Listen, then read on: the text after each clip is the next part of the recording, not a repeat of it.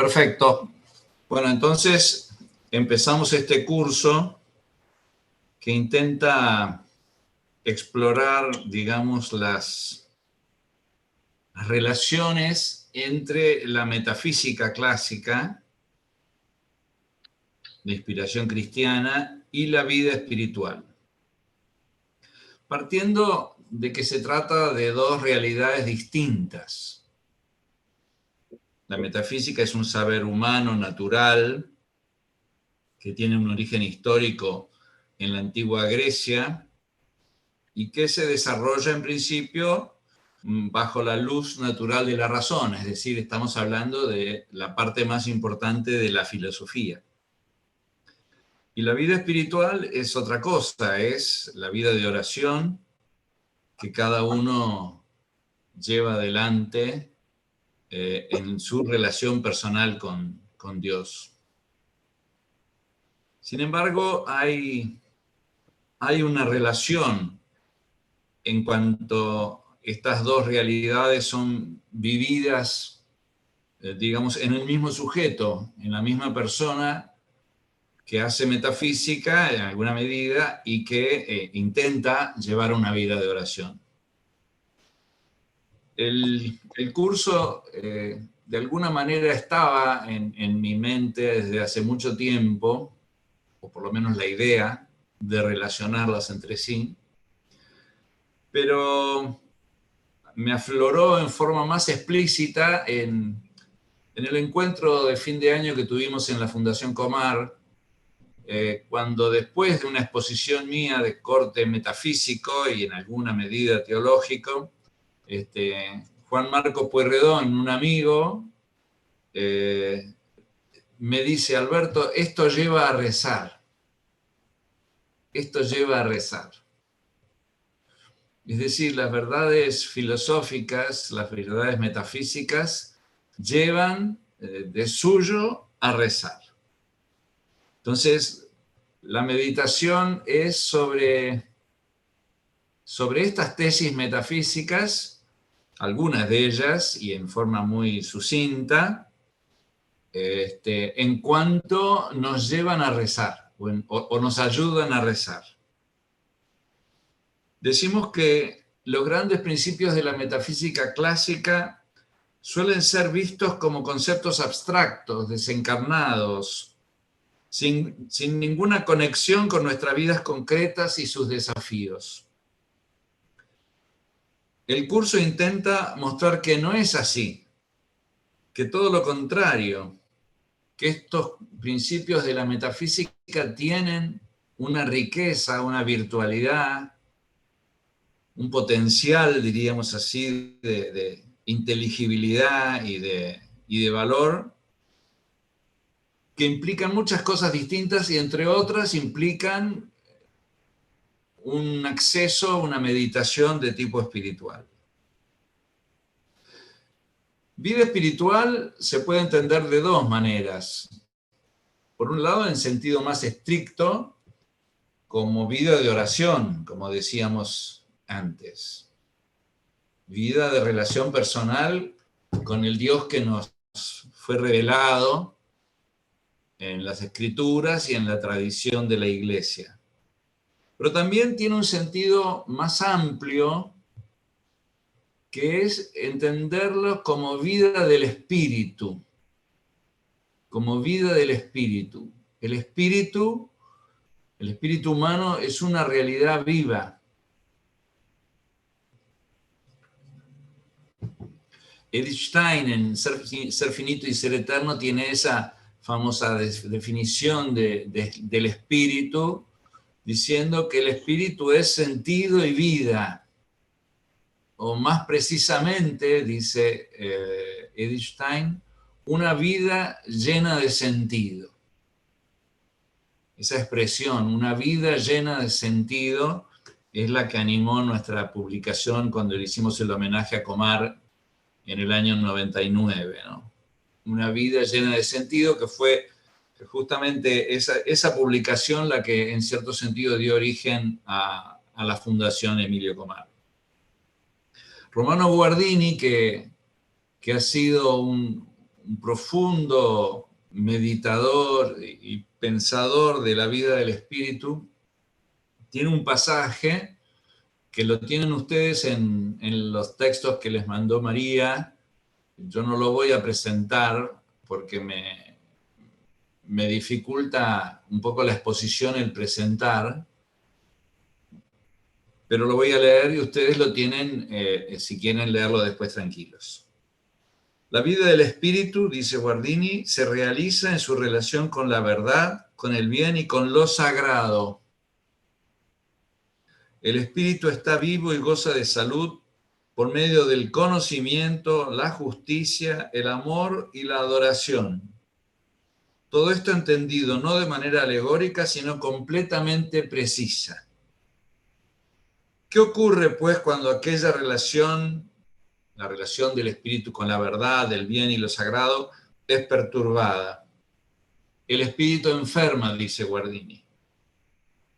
Entonces es cuando enferma, y no ya cuando se equivoca o miente o hace injusticia.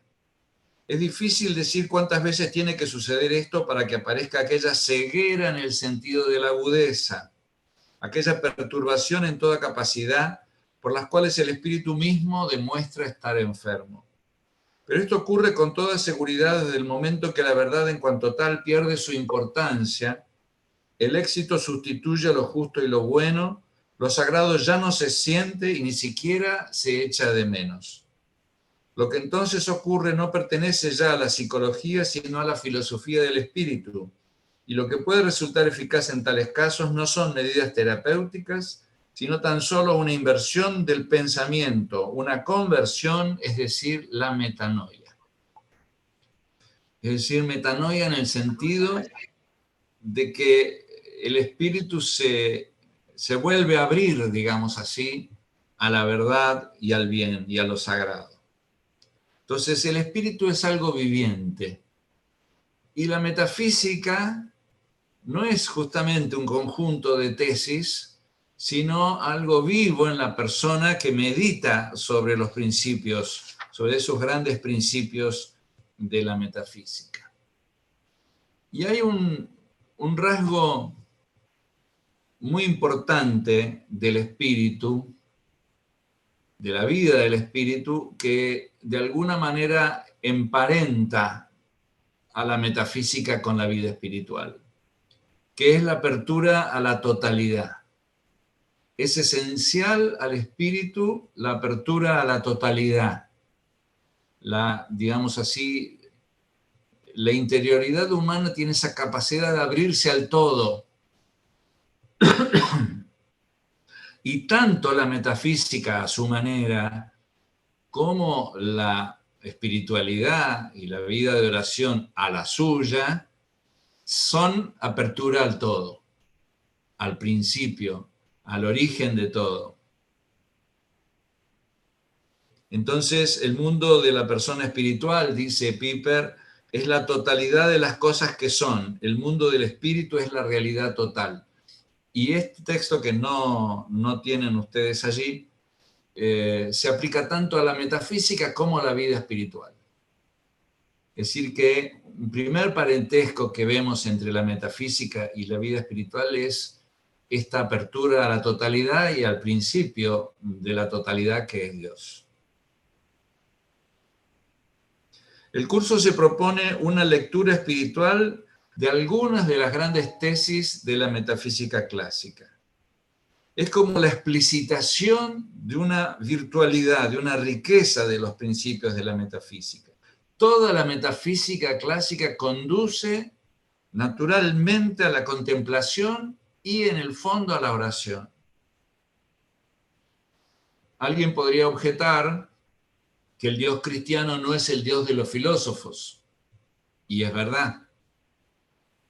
Aquella famosa experiencia de Pascal que escribió, ¿no?, el memorial que él guardó, él escribió en una hoja, una noche mística que tuvo, una noche de experiencia mística,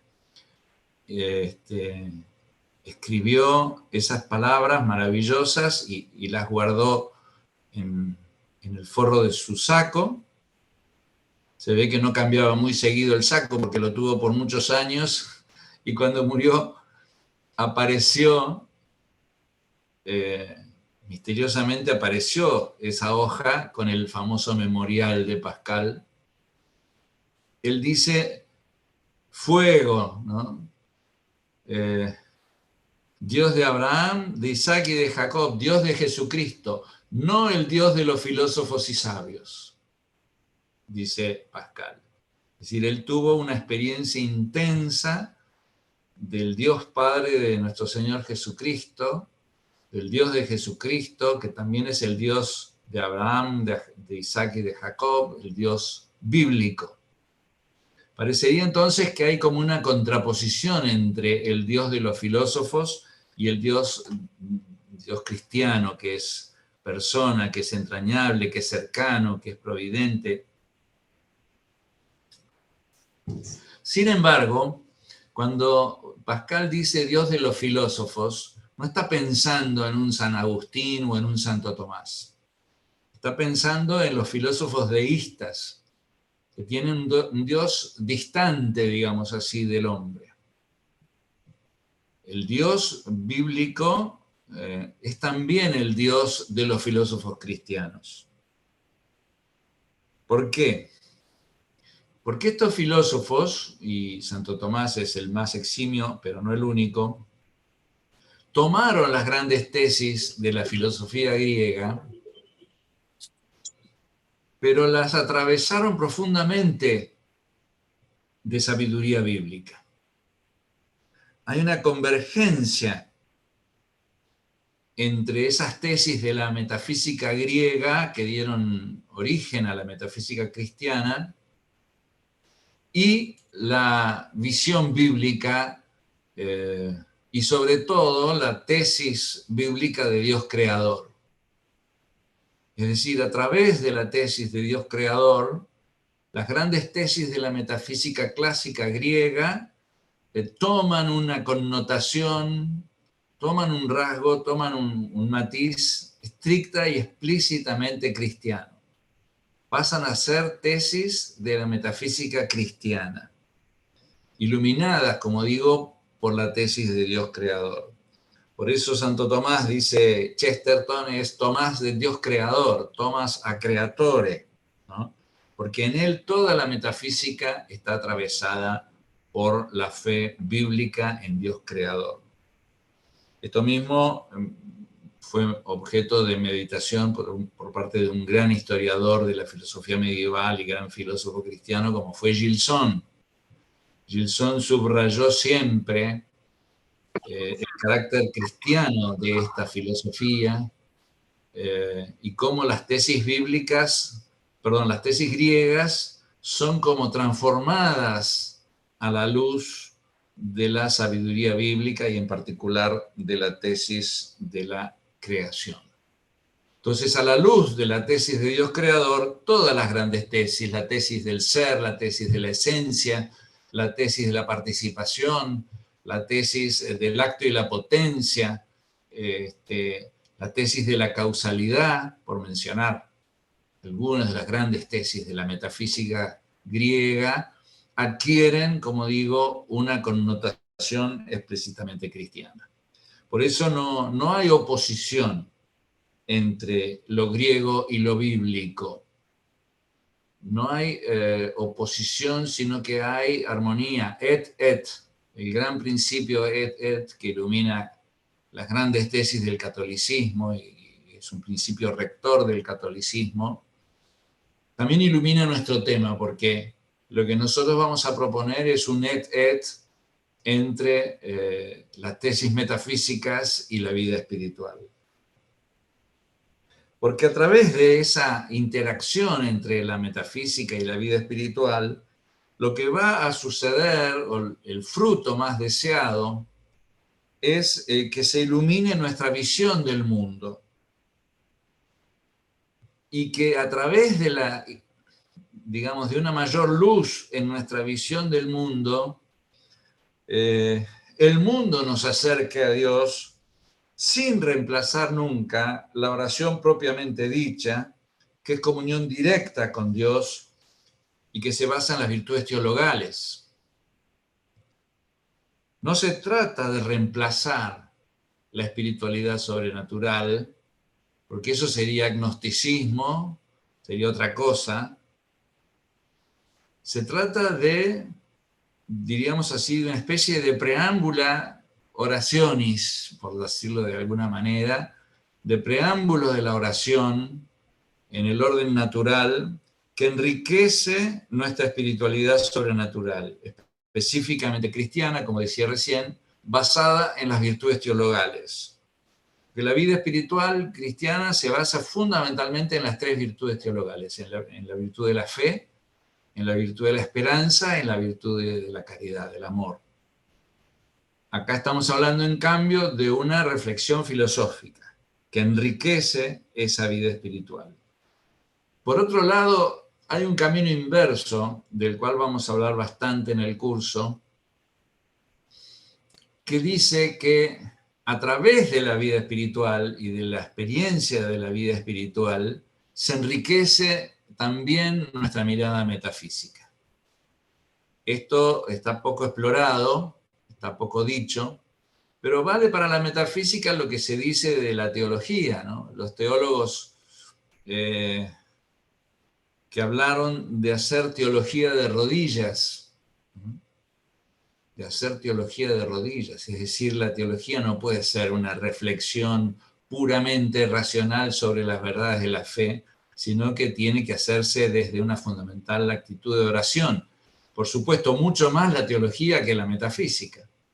Pero también la metafísica cristiana, en cierto sentido, se puede hacer de rodillas, y este arrodillarnos ilumina y echa luz sobre la misma metafísica.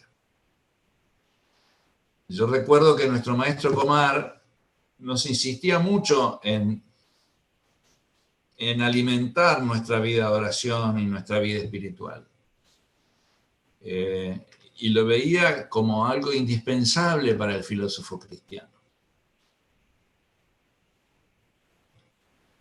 Se podría decir que no puede haber de manera duradera, sostenida y profunda un filosofar cristiano que pretenda ser fiel en los conceptos, en los principios, al cristianismo, a las doctrinas cristianas, pero que no esté alimentado por una vida espiritual concomitante, simultánea.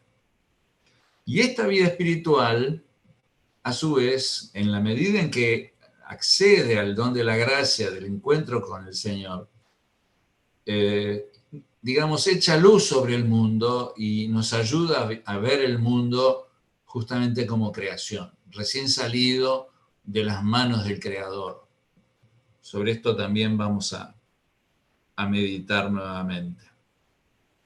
Si no mantenemos una vida de oración sostenida, es difícil captar toda la hondura de las tesis metafísicas. Entonces es un flujo y reflujo entre ambas dimensiones, manteniendo su distinción. La colaboración entre la vida espiritual sobrenatural y la contemplación terrenal propia de la metafísica contribuyen a formar una visión rica y luminosa del mundo. Hablamos de contemplación terrenal, un concepto que Piper ha desarrollado muy bien. Contemplación terrenal. Es decir, el mundo está ahí para ser contemplado, no ante todo para ser transformado. También para ser transformado, pero sobre una guía y una luz que provienen de la contemplación. Y esa contemplación terrenal está muy unida también al gozo, porque en cualquier gozo de cualquier criatura está implícita una cierta contemplación. Ustedes saben que la tradición católica nos enseña que la presencia de Dios es múltiple. Cuando el cristiano se pone en oración, puede buscar a Dios, diríamos así, en distintos ámbitos. En distintos ámbitos.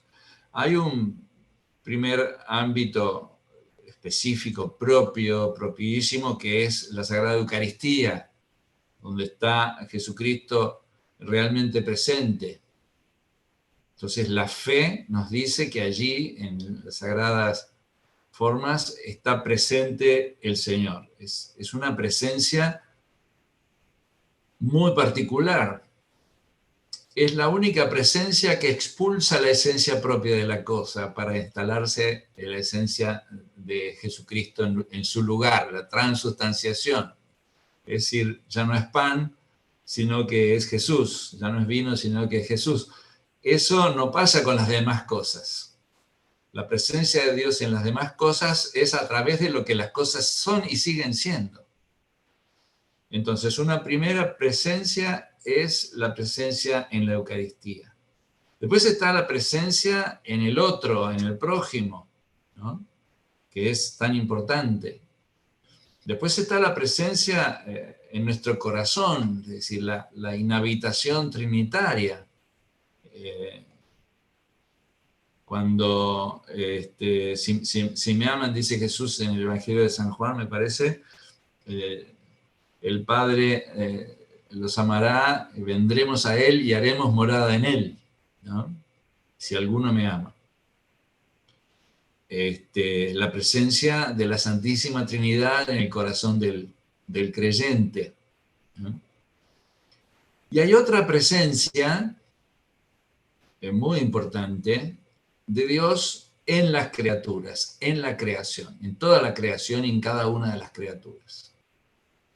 Es esta presencia de Dios en las criaturas, en todas las criaturas, en la naturaleza, por ejemplo, la que va a ser más esencial en esto de que la metafísica nos acerca a Dios. Es decir, la metafísica nos acerca a Dios a través de las criaturas.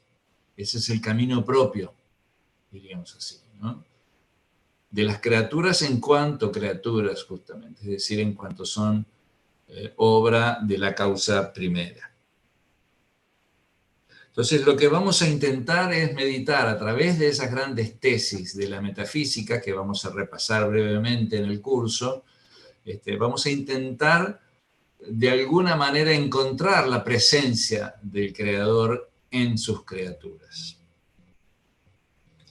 Como decía antes, se trata de intentar mucha contemplación.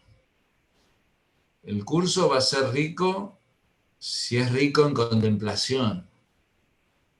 Si el expositor logra contemplar mientras expone, si se le da, mientras expone, la riqueza de lo contemplado, y si los oyentes, sean los sincrónicos que me están oyendo ahora, como algún otro que escuchará la exposición ya grabada, logra también ponerse en una predisposición, en una actitud contemplativa.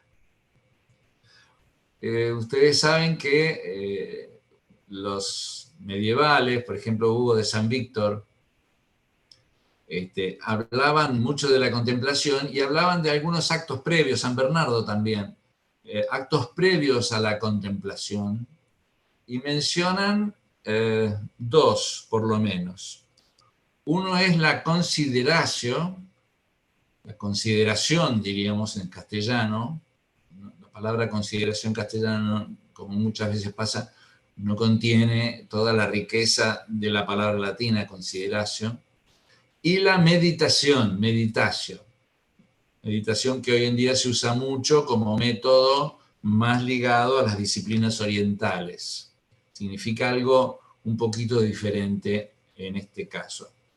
La consideración nos interesa ahora desde el punto de vista de su etimología. Es decir, consideratio viene de sidus sideris, que significan astros, las estrellas. Y cum significa juntar. Entonces se trata de juntar las estrellas para ver mejor. Es decir, cuando alguien quiere leer algo y no tiene suficiente luz, necesita aumentar la luz. Si queremos ver algo en la naturaleza, tenemos que esperar la luz del sol, porque de noche no se ve, o la luz de las estrellas, se ve mejor cuando hay una noche estrellada o una noche de mucha luna. Es decir, la consideración es digamos, el convocar las estrellas para que nos iluminen y ver mejor de qué se trata.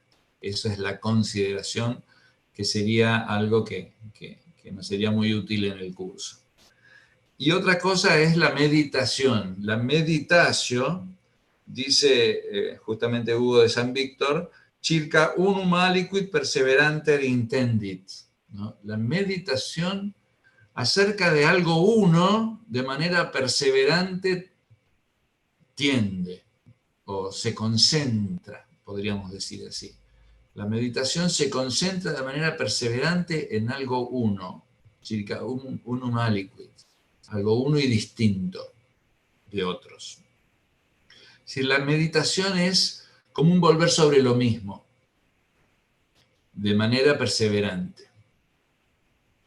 No pasar a otra cosa, sino quedarse en esto que tengo delante y contemplarlo, atenderlo sería una palabra exacta, de manera, diríamos así, perseverante y fiel, ¿no?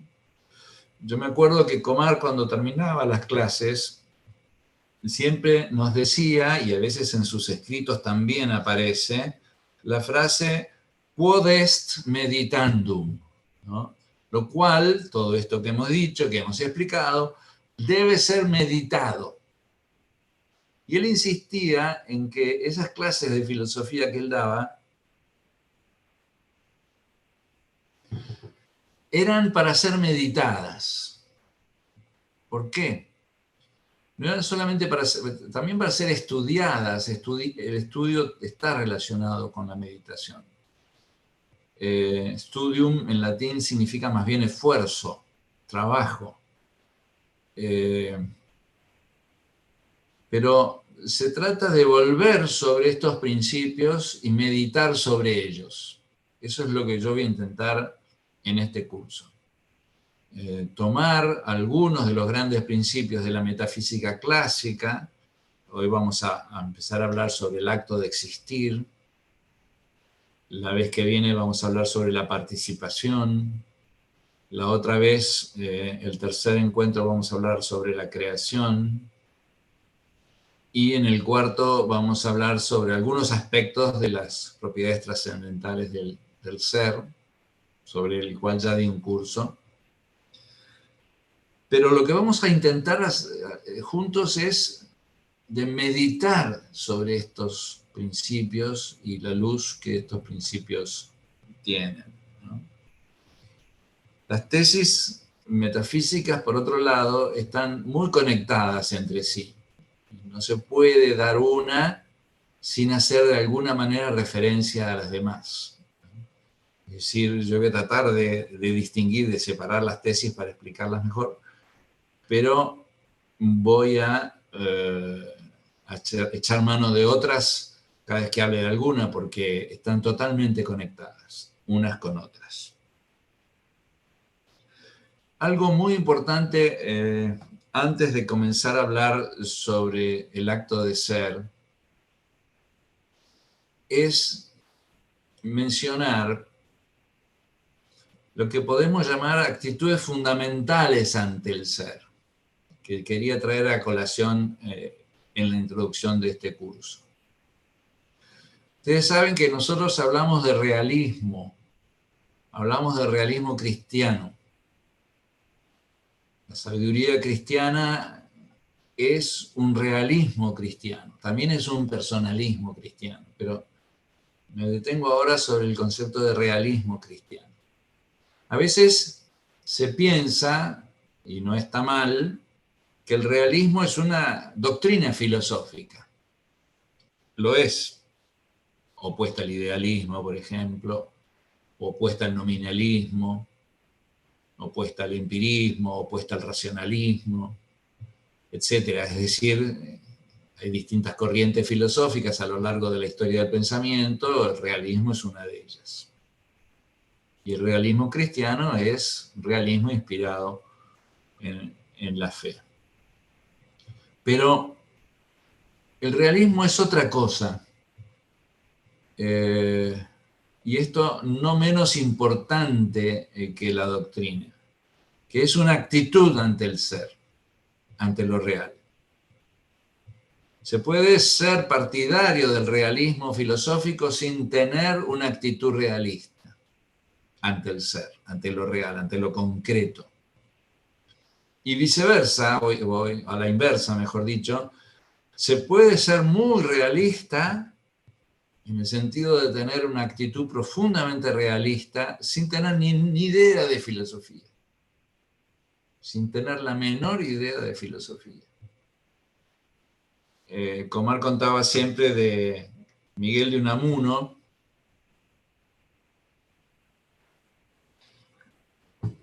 que cada tanto se iba de Salamanca, de la universidad, donde era, no sé si presidente o rector, y se iba al campo a encontrarse con campesinos. Y se iba buscando sabiduría, buscando justamente realismo. De manera que cuando hablamos de realismo acá, convergente con otras actitudes que voy a mencionar enseguida, no estoy hablando de la doctrina realista. Por supuesto que la doctrina ayuda, porque aprendiendo la doctrina, esta doctrina nos orienta en la dirección de la realidad. Nos ayuda a mirar lo real. Nos indica que hay esto real y que es rico y vale la pena mirarlo. Pero, como dije, se puede ser muy realista sin saber filosofía, sin saber metafísica. Pero los principios de la metafísica, para ser vistos en esta dimensión que les propongo hoy y en el curso, necesitan ser mirados con esta mirada realista o con esta actitud realista. Esta actitud realista, a mí me tocó estudiarla de manera especial en el último capítulo de mi tesis doctoral. Yo tuve como tema de mi tesis doctoral el tema de la apertura, el tema de lo abierto. ¿Qué significa lo abierto? Y hago ahí un estudio de lo que significa lo abierto en distintos autores, en Bergson, en Popper, en Heidegger. Y en el último capítulo estudio lo abierto en el sentido o en la línea de lo que sería el realismo cristiano. ¿Qué significa ser abierto en una perspectiva de realismo cristiano? Donde tiene todo su derecho y su carta de ciudadanía la virtud de la apertura. Y allí enumero una serie de actitudes, yo acá voy a agregar otras, que son convergentes y que tienen mucho que ver con la vida del espíritu o con la vida espiritual. El realismo es obediencia. El realismo es apertura, justamente. El realismo es atención. El realismo es docilidad, dejarse enseñar. No ante todo por las demás personas, que también es fundamental, sino ante todo por lo real. Realismo es, como vamos a leer dentro de un rato, pietas erga res, piedad hacia las cosas. Realismo es consentimiento al ser. Vamos a hablar de este consentimiento al ser como acto de la libertad de consentimiento. Realismo es respeto a lo real. Realismo es pureza en el sentido de no mezclar segundas o terceras intenciones. Realismo es justicia en un sentido muy amplio, de ver la esencia de las cosas y hacer lo que esta esencia exige. Y en último análisis, realismo es bondad. Porque la bondad es querer para cada ser su peculiar forma de realización. Querer para cada ser su peculiar forma de realización. Y esta bondad, como actitud fundamental ante lo real, ante la creación divina, es justamente la bondad, ¿no? De la cual se habla bastante, pero se trabaja poco el concepto de bondad.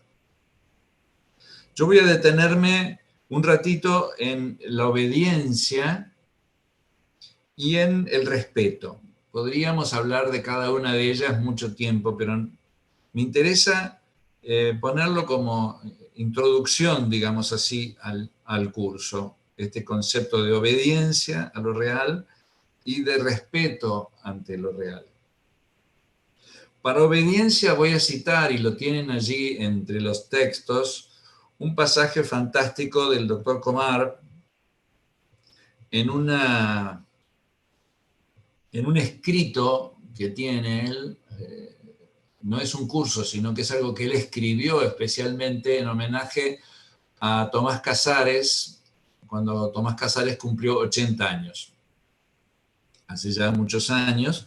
Y el texto de este escrito, que se llama Para una filosofía de la filiación, está publicado en Universitas, en la revista de la UCA, en la década del 70, y después aparece en Orden y Misterio, que es una colección de escritos del profesor Komar. Dice allí Komar, la vida para un espíritu creado está en proporción a su apertura al orden creado de los seres que lo rodean y del cual él mismo forma parte, y de su apertura al ser increado que es su fundamento.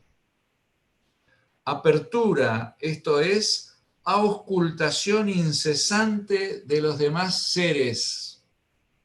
Fíjense, auscultación incesante de los demás seres, de su sentido y de su orden.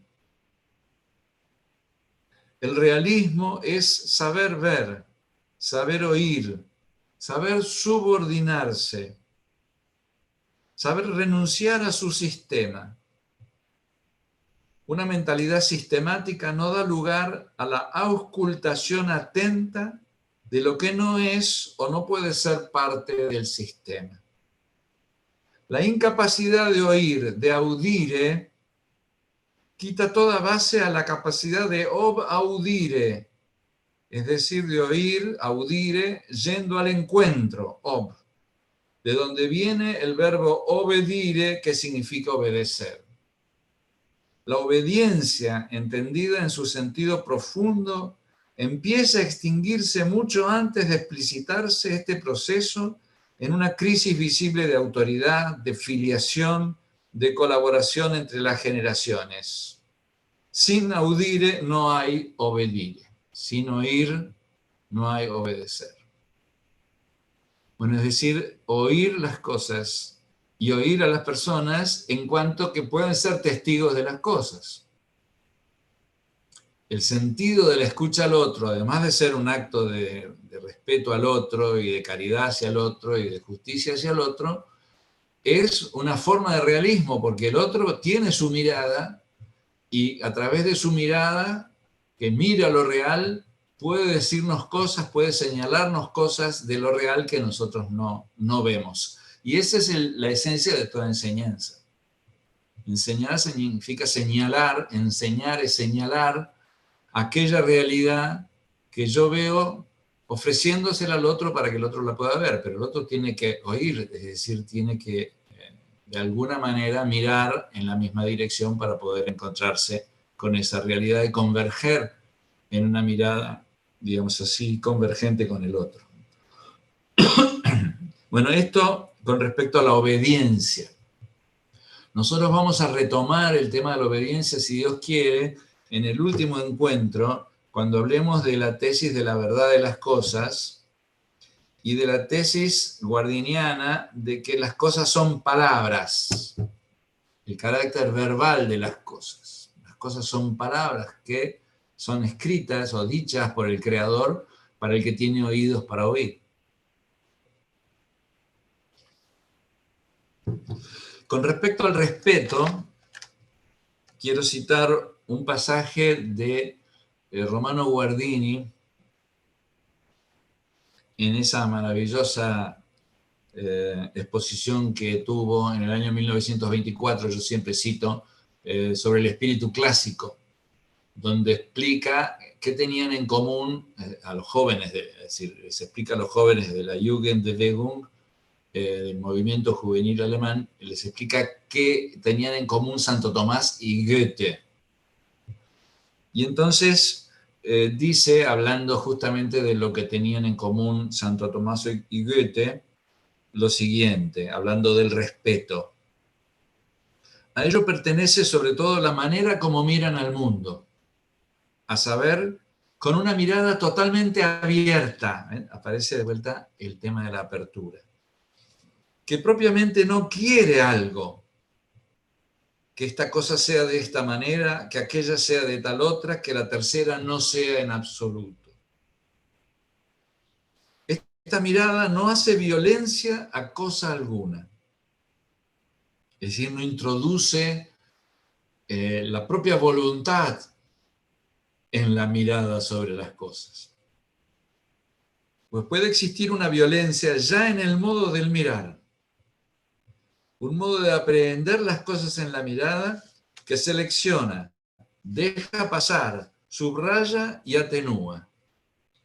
Esta manera de mirar hace que el ser vivo en crecimiento, el hombre, comience a aproximarse a los acontecimientos de la existencia, prescribiendo de antemano cómo deben ser para que el que mira encuentre confirmada en ellos su propia voluntad.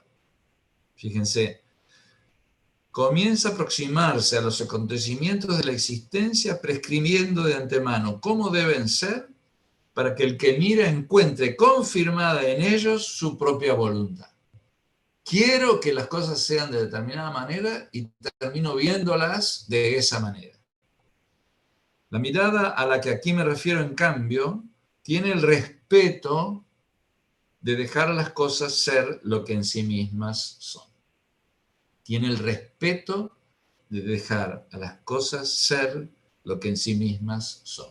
Es decir, que el respeto, antes de ser una actitud ante los demás, que lo es también, por supuesto, condición del amor y previa al amor en cierto sentido, si me cuesta amar al otro, de mínima tengo que respetarlo, pero es también ante todo una actitud ante lo real en general, ante lo existente, es decir, ante la realidad en su conjunto.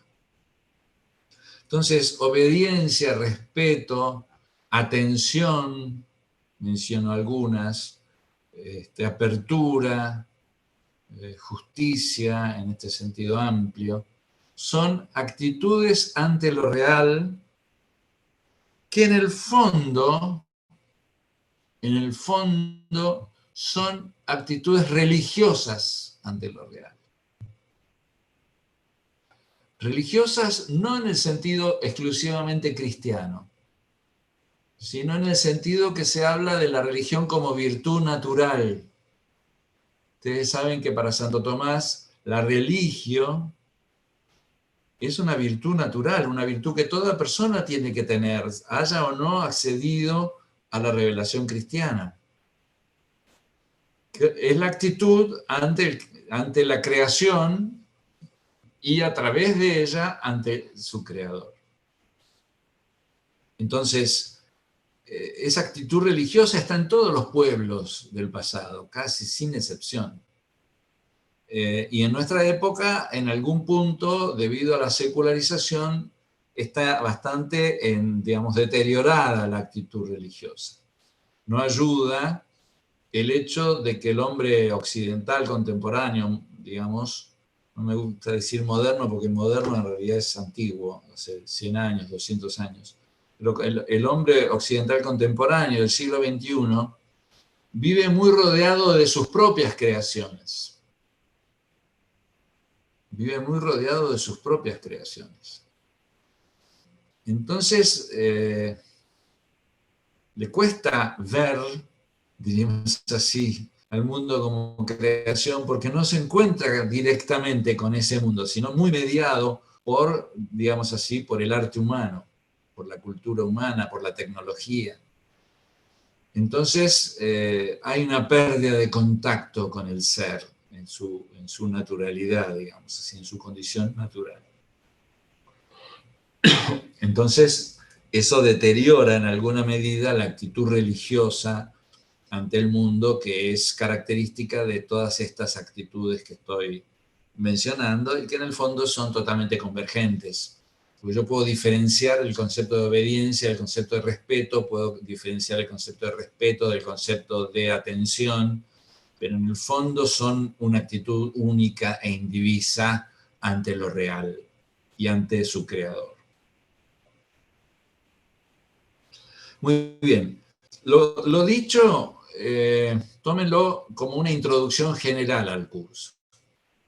Como una introducción general al curso.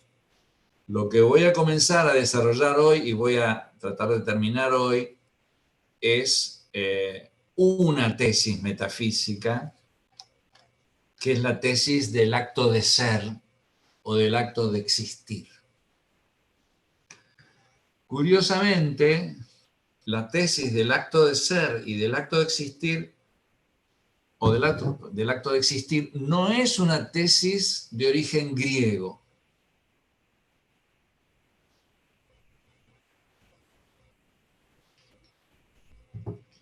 Parece que los griegos no tuvieron conciencia, esto lo digo con temor y temblor porque no soy tan especialista, no fueron plenamente conscientes del fenómeno del existir como tal.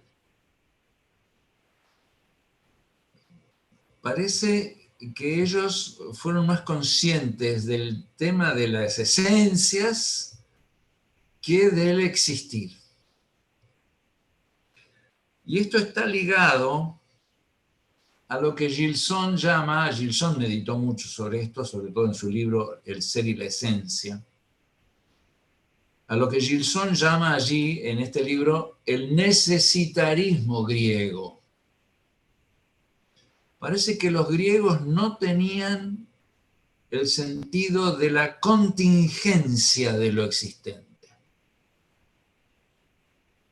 Es decir, no tenían conciencia de que las cosas podrían no existir.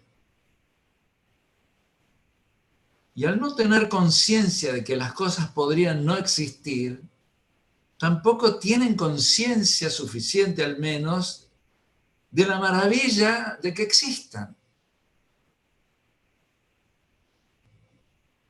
Y parecería que la conciencia de la maravilla de que existan está ligada a la tesis de la creación. Es decir, al hecho de que el mundo justamente creado es un mundo contingente, es un mundo que pende de una libertad,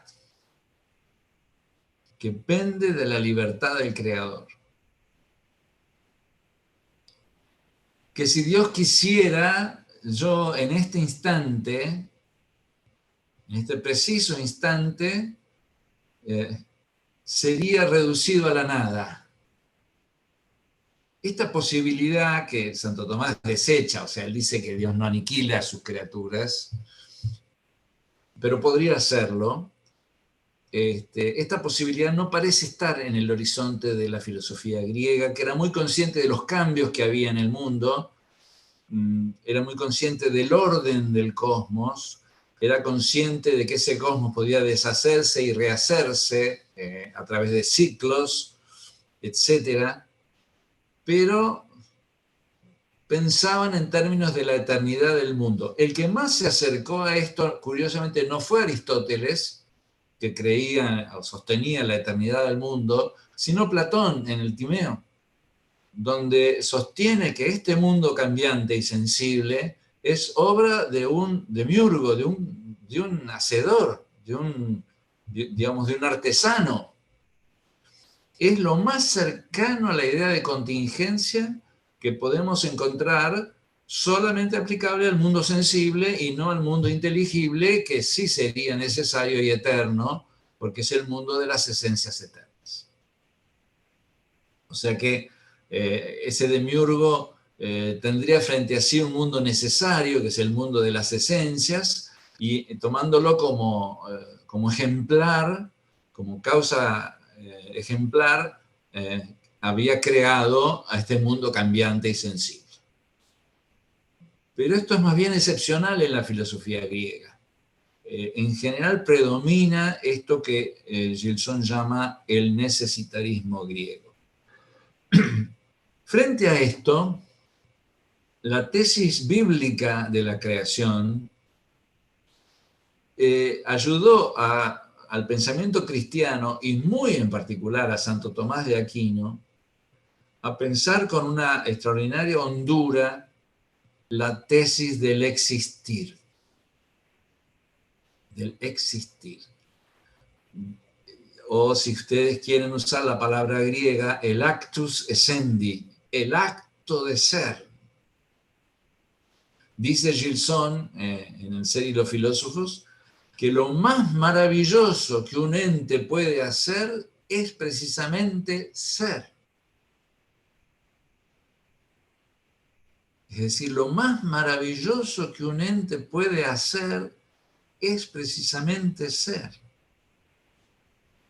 Entonces, todas las cosas que hace un ente, sus actos segundos, sus operaciones, no serían posibles si este ente, cualquiera de ellos, no realizara un primer acto intrínseco, sustancial, que es el acto de existir, el acto de ser.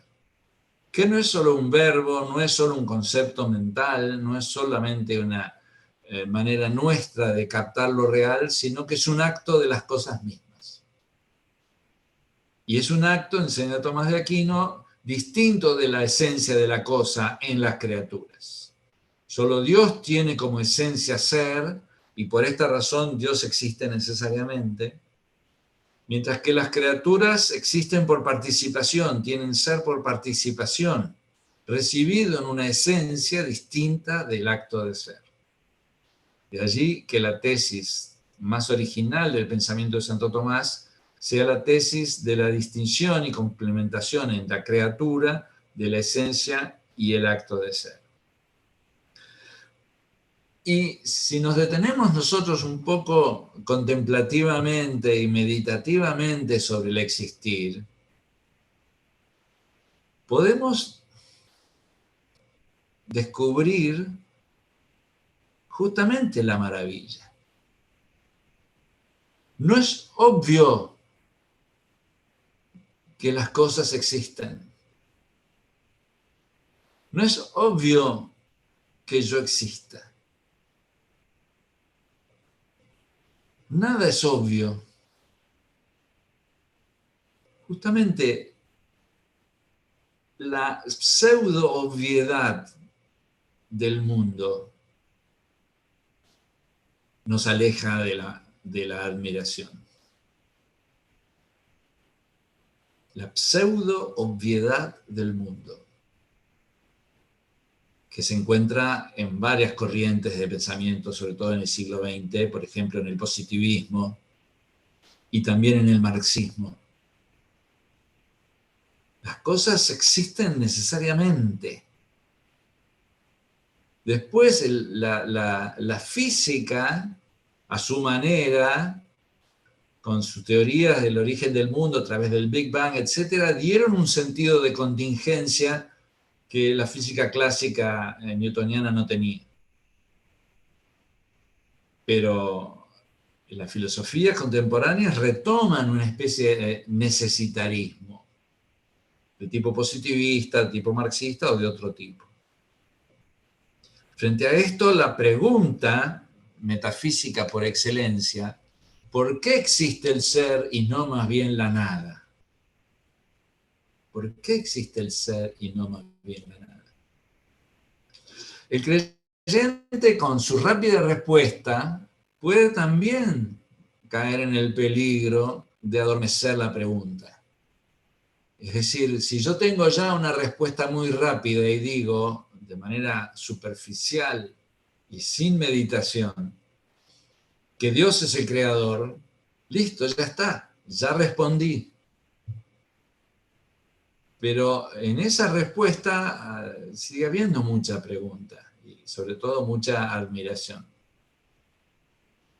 Entonces, acá la metafísica nos invita a detenernos en la maravilla del existir. Y ahí engancha con la oración. Es decir, con la oración entendida sobre todo como adoración. Porque además ese existir es maravilloso y es bueno, por supuesto, si no, no habría adoración. Entonces, allí la meditación sobre el existir, detenernos en ese árbol, detenernos en esa flor, detenernos en esa persona que está delante mío, detenerme en mi propio subsistir y tomar conciencia de mi propio existir como algo que no es obvio en absoluto. Yo podría no haber existido tranquilamente y sin embargo he sido llamado al existir, no arrojado, como dice Heidegger, sino llamado al existir. La persona, dice Guardini, es un ser cuya característica es que su existir tiene forma de llamado. Entonces, detenerme en esto. Yo en este momento existo porque estoy en las manos de un creador, del creador. Estoy en tus manos. Soy conservado en la existencia por tu libertad y por tu amor.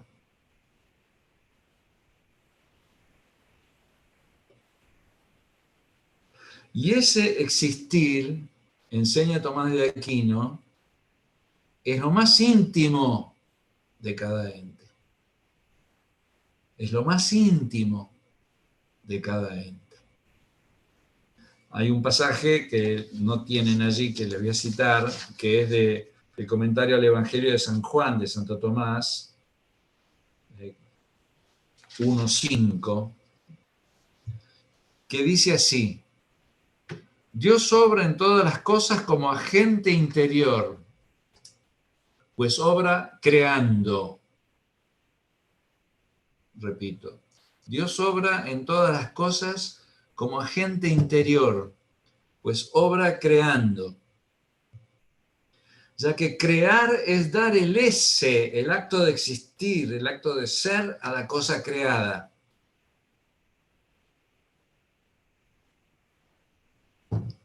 Crear es dar, repito, crear es dar el existir, el ese a la cosa creada. Y dado que el ese, el acto de ser, es lo más íntimo de cada cosa, Dios, que obrando da el ese, obra en las cosas como agente íntimo. Una especie de círculo, ¿no? Si Dios obra en las cosas como agente íntimo, porque le da el ser a las cosas. Las demás criaturas que actúan sobre mí, actúan desde afuera, por decir así, las criaturas, las otras criaturas. Existen el obrar desde afuera. En cambio, Dios obra dando el ser, entonces obra como agente íntimo. Si uno lo lleva a esto, a una actitud contemplativa, si meditamos sobre esto, esto nos lleva a la adoración. ¿Comprenden? Es decir, en Él vivimos, nos movemos y existimos. Y los vivientes vivimos, porque para los vivientes ser es lo mismo que vivir, vida en acto primero.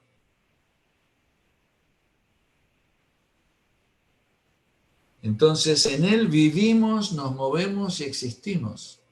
Entonces, esto podría ser material de meditación si uno tuviera un espíritu suficientemente abierto, atento, alerta, que no lo tenemos, estamos hechos de barro, sería para meditar horas esta tesis del existir. Y nos lleva a una actitud espiritual muy importante que antes llamamos de consentimiento al ser. Había un filósofo, M. Forest, que hablaba del consentement à l'être, ¿no? Del consentimiento al ser. Uno puede tener libertad de elección, sobre todo cuando somos jóvenes, tenemos mucha libertad de elección. A medida que vamos viviendo y que vamos eligiendo y que nos vamos autodeterminando y que nos vamos vinculando con personas, con instituciones, con realidades que forman parte del entorno de nuestra vida, en cierto sentido es como que la libertad de elección va disminuyendo con el correr de la vida. Y nuestra vida se encuentra configurada por una realidad que es en parte dada, en parte fruto de nuestras propias elecciones, frente a la cual ya propiamente la libertad de elección tiene poco sentido, en el sentido de elegir entre esto o aquello.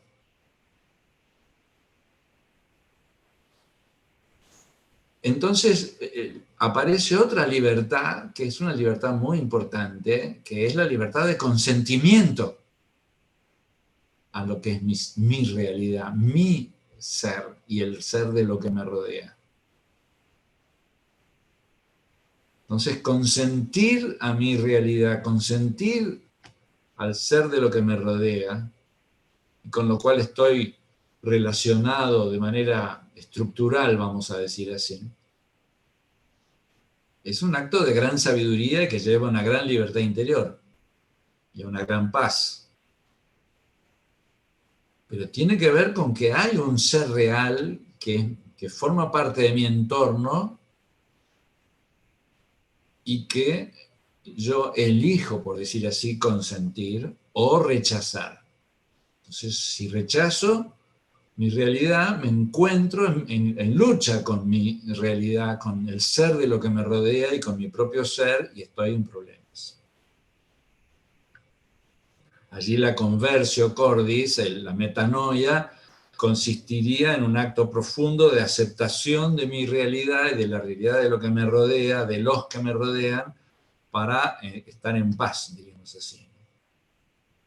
Estar de acuerdo con mi existencia, estar en paz con lo que es. No significa aceptar el mal. El mal, en la medida de lo posible, debe ser combatido, en la medida de lo posible. Pero hay veces que no podemos combatirlo, sino que simplemente nos toca sufrirlo, y entonces ahí entra a formar parte de la libertad de aceptación o de la libertad de consentimiento. No acepto el mal en cuanto tal, pero sí como parte de una realidad más amplia, que buena. Acá voy a detenerme un poco en un pasaje fantástico que seguramente va a ser el último que leamos hoy, que Comar citaba mucho, de Marcel Descartes, ese filósofo belga, en un libro que se llamaba Philosophie des mœurs contemporaines, Filosofía de las costumbres contemporáneas. Es un texto que Comar citaba mucho y es totalmente pertinente para este tema de la maravilla del existir. Dice Marcel Descartes: nosotros entendemos por sentido del ser, en acepción metafísica de la existencia, esta disposición íntima del conocimiento humano, fruto de un espíritu encarnado en la vida, por la cual el hombre entra en contacto amistoso y fraternal con las cosas y personas que lo rodean, no solo en su materialidad bruta o en su representación sensible, o en tanto que símbolos de un mundo espiritual superior, sino en tanto realidades singulares, existentes como el hombre mismo independientes de él y provistas de esa perfección indefinible e inconceptualizable que es el existir. Este grano de arena, esta piedra dorada por el sol, este árbol. Voy a repetir esta última parte y después sigo leyendo. Es decir, en contacto amistoso y fraternal con las cosas en tanto realidades singulares, dice Descartes, que era un aristotélico, entre paréntesis. Realidades singulares, existentes como el hombre mismo, independientes de él y provistas de esa perfección indefinible e inconceptualizable que es el existir. Este grano de arena, esta piedra dorada por el sol, este árbol. Y agrega, lejos de engendrar un sentimiento de pasividad hacia el ser, este objetivismo, bueno, otro nombre de la palabra realismo sería objetivismo acá, este objetivismo a base de piedad hacia las cosas, dice Descartes, piedad hacia las cosas, favorece la polaridad del alma y ubica al hombre en situaciones siempre diversas, agudizando el sentido de lo concreto y enriqueciendo la vida. Este objetivismo, a base de piedad hacia las cosas, favorece la polaridad del alma. La polaridad, una especie de apertura hacia lo diverso, ¿no? La polaridad del alma. Y ubica al hombre en situaciones siempre diversas, justamente, agudizando el sentido de lo concreto y enriqueciendo la vida. Es decir, un espíritu que está vivo, que está abierto, porque entra en ese contacto amistoso y fraternal con lo existente. Piedad hacia las cosas, ¿no? Pietas erga res. Y agrega Descartes, porque las cosas son amadas y queridas en su ser mismo, fíjense, las cosas no son puros medios, son medios, solo en tanto son tratados como fines. Esto es una paradoja, porque en realidad son fines intermedios. Entonces, porque las cosas son amadas y queridas en su ser mismo, la prodigalidad exuberante del ser, fíjense, la prodigalidad exuberante del ser, la riqueza del ser, la riqueza de lo existente, engendra una multiplicidad de valores en el sujeto, puestos en relación con una multiplicidad de deseos, de ímpetus, de tensiones, de pasiones y voluntades sorprendentemente fuertes y sorprendentemente diversas. Esto sería para meditar en relación con la cuestión de la depresión. Es decir, la depresión es una enfermedad endógena, muchas veces tiene raíces de tipo orgánico y muchas veces se cura y se trabaja y se mejora significativamente con tratamientos que combinan la terapia psicológica con tratamientos de fármacos. Pero hay una dimensión cultural en la depresión en nuestro tiempo, que tiene que ver con una pobreza en el contacto con lo existente. Es decir, la falta de contacto con lo existente es causa de depresión. No hay que enojarse con los que están deprimidos diciéndoles que no tienen contacto con lo existente, porque esto es muy feo. Ni hay que culpabilizarlos de ninguna manera. Pero es una realidad que en nuestro tiempo cuesta esto que dice nuestro amigo Descartes, ¿no? Porque las cosas son amadas y queridas en su ser mismo, la prodigalidad exuberante del ser, fíjense la expresión, la prodigalidad, la generosidad, la liberalidad exuberante del ser, de lo existente, de la creación divina, que incluye no solo las cosas, sino las personas, la naturaleza, etcétera, la sociedad, engendra una multiplicidad de valores puestos en relación con una multiplicidad de deseos. El tema de la anedonia, ¿no? La falta de deseo. todo un tema, ¿no? De ímpetus, la falta de ganas, de voluntad, de tensiones, de pasiones y de voluntades sorprendentemente fuertes y sorprendentemente diversas, ¿no? Es decir, hay una especie de adormecimiento que está ligado con la pérdida del sentido de la riqueza del existir, del propio existir y del existir de las cosas que nos rodean. Y esto tiene que ver con lo religioso, tiene que ver con una pérdida de sentido del carácter religioso del mundo. Tiene que ver con la secularización, tiene que ver con el achatamiento de las, digamos así, de las experiencias que explica la búsqueda de la realidad aumentada, ¿no? Es decir, esta búsqueda que tenemos en nuestro tiempo de realidad virtual aumentada tiene todo que ver con que la realidad, sin ser aumentada artificialmente, resulta chata, resulta fría, resulta sin hondura.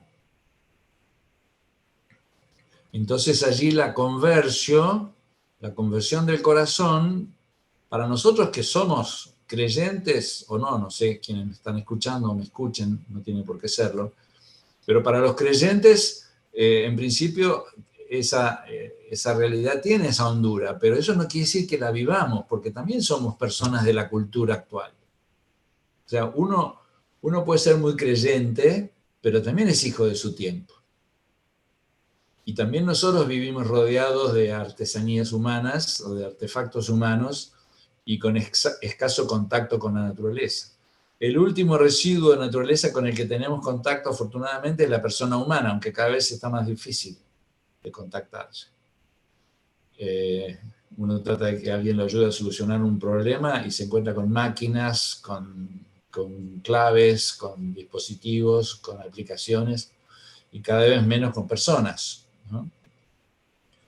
Entonces cada vez menos de personas que te ayuden a solucionar un problema. Hacíamos una compra con mi mujer online de una mesa y la señora que la vende vive a 10 cuadras de casa, pero como se perdió el número de operación, no logramos que nos solucione el problema. ¿Por qué? Porque falta intercambio personal. Es decir, esto es un temón, ¿no? Acá hablamos del carácter religioso del mundo, que no quiere decir que el mundo sea Dios. El mundo es creación de Dios, pero eso le da carácter religioso al mundo. Le da lo que dice Guardini, la valencia religiosa.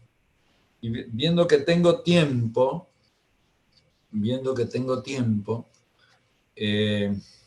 voy a terminar leyendo el último texto, que es un poco largo, pero que es de una importancia enorme, tremendamente lúcido, muy en la línea de lo que estoy diciendo sobre el carácter religioso del mundo. Es un texto de Guardini en Religión y Revelación, que fue escrito, yo creo que esta es una obra de los años 30, es decir, es una obra muy antigua de Guardini, 38, por ahí, no estoy seguro. Pero es un pasaje de una actualidad y de una vigencia tremenda, ¿no? Dice Guardini allí, la descripta atenuación de la valencia religiosa de la realidad del mundo, él habla de die religiöse Valenz. Valencia, es una expresión de origen químico, la valencia. Guardini de joven estudió química. Y acá habla de la valencia religiosa de la realidad del mundo. Se podría decir, con otras palabras, del ingrediente religioso, de la riqueza religiosa que tiene el mundo. la atenuación de esta riqueza religiosa del mundo, dice Guardini, tiene consecuencias para la vida entera. Se ha dicho en lo precedente que las cosas, los procesos y las ordenaciones en el mundo y en la vida humana solo adquieren su completa autenticidad, o en alemán dice Eigentlichkeit, es decir, su propiedad la adquieren a partir de lo religioso. Y lo explica.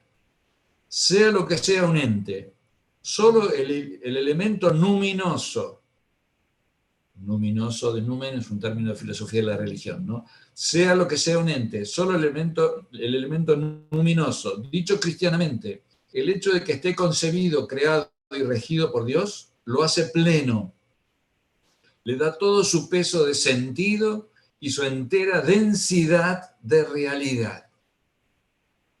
Es decir, el hecho de que la cosa sea criatura le da Dichte der Wirklichkeit, es decir, densidad de realidad, peso de realidad, espesura, diríamos así, o espesor. Entonces dice, de modo análogo, la experiencia que el hombre tiene del ente queda codeterminada por su capacidad de percibir su valencia religiosa. Es decir, en la medida en que el hombre tiene una experiencia de la valencia religiosa del ente, entonces capta esta densidad existente. Cuanto más intensa es esa sensación, más poderoso se hace para quien la percibe el sentido y la realidad de ese ente. Es decir, cuanto más vemos el mundo como creación, más densa vemos en las cosas su realidad. Más plenos los ámbitos de su mundo, más seria su relación con la vida. Entonces, si esto es así, entonces, dice Guardini, la atenuación de la valencia religiosa tiene que perjudicar la relación con el mundo, con otras personas y con la vida propia. La atenuación, el empalidecimiento de la valencia religiosa o de la percepción de la valencia religiosa del mundo tiene que perjudicar la relación con el mundo, con otras personas y con la vida propia. Realmente, con la mencionada atenuación se manifiesta una mengua progresiva del sentido de la vida. Todo se hace menos importante, dice Guardini. Todo se hace menos importante. Ordenamientos y normas disminuyen en capacidad para obligar a la conciencia. Tiene lugar un enfriamiento del sentir, no solamente de la dimensión intelectual, sino también de la dimensión sensible, un enfriamiento del sentir que puede llegar a la desrealización. Es una palabra, Entwirklichung, que es equivalente a la palabra desontologización. Es decir, nosotros estamos en un mundo, vivimos un mundo desontologizado. No en sí mismo, por supuesto, sino quod nos, en relación con nosotros. Es decir, nosotros no captamos la dimensión ontológica del mundo y entonces nuestra relación con el mundo se ve empobrecida. Nuestra relación con el mundo se ve empobrecida. Digamos, perdemos ese sentido de la admiración por el existir. Perdemos el sentido de la maravilla del existir. Por supuesto, de las esencias, porque es el existir de una multiplicidad de entes riquísima y inmensamente diversa. Un ente es distinto del otro por su esencia. Pero todos convergen, todos coinciden en esta maravilla que significa el existir. Entonces, acá hay lugar para una meditación muy profunda, para una admiración y en el punto de llegada de esa admiración para una gratitud, ¿no? Es decir, la adoración que lleva, la adoración del Creador, no de las criaturas, la adoración del Creador que lleva a la gratitud. ahí vemos un poco ese filo, esa veta espiritual que tiene una tesis metafísica, como es la tesis del acto de ser. Lo mismo vamos a intentar con las otras tesis metafísicas, si Dios quiere. Así iremos terminando. Si quiere alguno hacer alguna pregunta.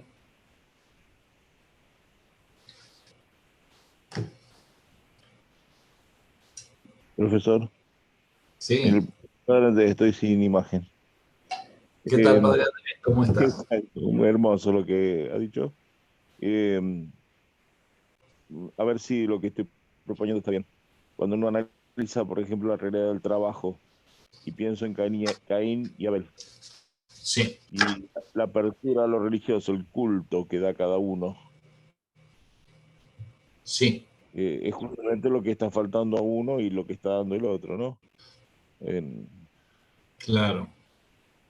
Bueno, eso es, usted es más experto que yo en esto porque es más teológica la cuestión y bíblica. Pero sí, explíquelo un poquito más. claro, porque en en el cultivo, en el trabajo que hace sobre la tierra, los humus, ¿no es cierto? Lo que le es dado al hombre, ¿no es cierto? Como humano. Este, el hombre además se realiza personalmente, pero no debería olvidar que todo le es dado, ¿no es cierto? Y Sí, que es un sí, don de Dios, tanto lo que trabaja como él mismo, ¿no? Trabajando eh, aquello que les he dado y él mismo, ¿no? Y entonces tiene que volverse a Dios y hacer un acto de culto, un agradecimiento. O sea, tiene que exactamente. elevar todo de la tierra al cielo. Exactamente. Bueno, el tema del don, que es un tema muy importante, tiene carácter metafísico también. Es decir, el ser es don, ¿no? El ser propio es don, el ser de los otros es don, el ser de las cosas es don. Ujú. También es tarea, como decías, trabajo, pero siempre presuponiendo, partiendo del don, ¿no? Claro. El sentido religioso es el sentido del don. Y es reconocer en uno y en las cosas el fundamento, que es Dios, que es el dador. El dador, el donador. Así es. Gracias. No, gracias a usted. Bueno, entonces podemos ir terminando. Si te parece, María, apagar la grabación.